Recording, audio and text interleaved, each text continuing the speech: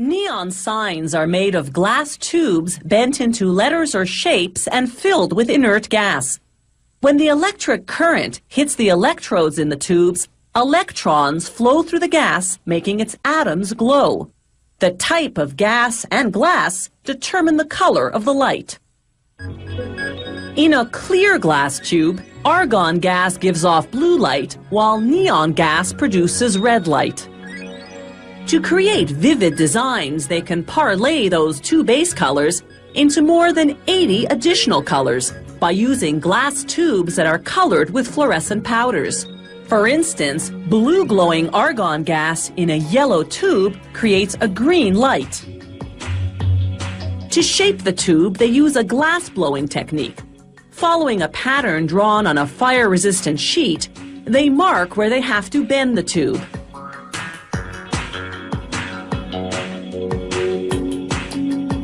Then they heat each spot on a device called a ribbon burner, whose propane flame is a blazing 650 degrees Celsius.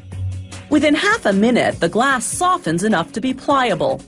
They gently bend the tube, then blow into the uncorked end to restore the tube's original diameter.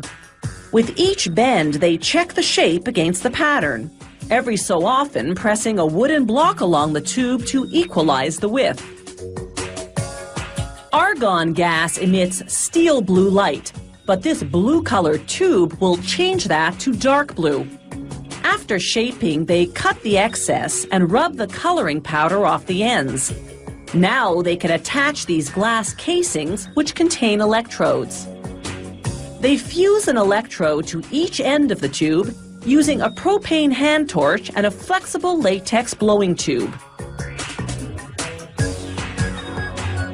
They seal the glass around one electrode but leave the other one open. Then, using what's called a crossfire burner, they create a tubulation, a thin tube with a bubble that'll act as a passageway into the open electrode.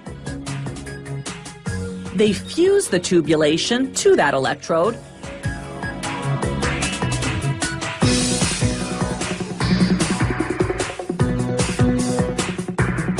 then carefully inject a drop of mercury into the open end of the tubulation.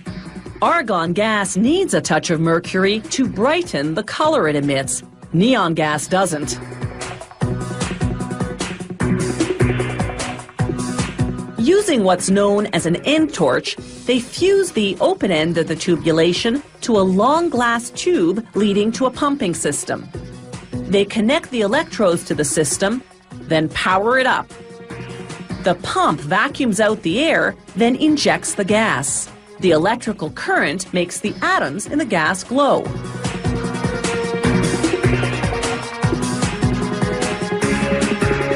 To trap the gas inside the tube, they use the crossfire burner to remove the tubulation and seal off the open electrode, making sure the drop of mercury has descended into it first.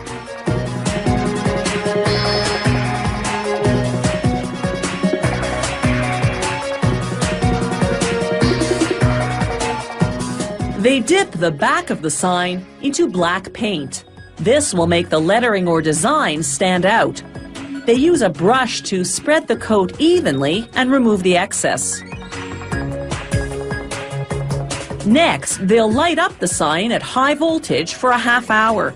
This will dry the paint and, more importantly, transform the liquid mercury into vapor that spreads throughout the sign. Using transparent clips, they mount the sign onto a black plexiglass background to make it stand out even more.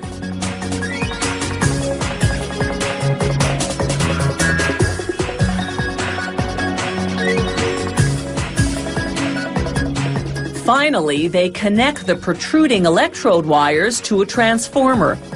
This transformer converts the standard 110-volt current from our electrical outlets into a high-voltage current, into the 3,000 to 15,000 volts you need to light up a neon sign.